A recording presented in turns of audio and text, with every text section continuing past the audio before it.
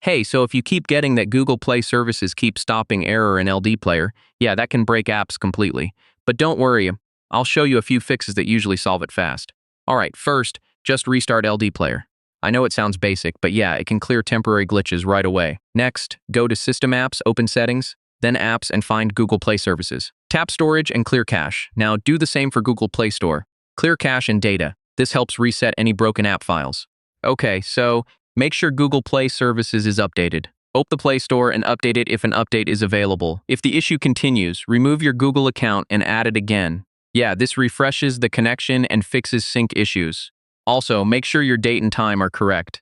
Set them to automatic. Wrong time settings can cause Play Services errors. And, yeah, if nothing works, open the Multi-Instance Manager and reset or recreate the instance. That clears deeper system issues. So yeah, those are the best fixes if Google Play Services keep stopping in LDPlayer. Try them step by step, and it should work normally again.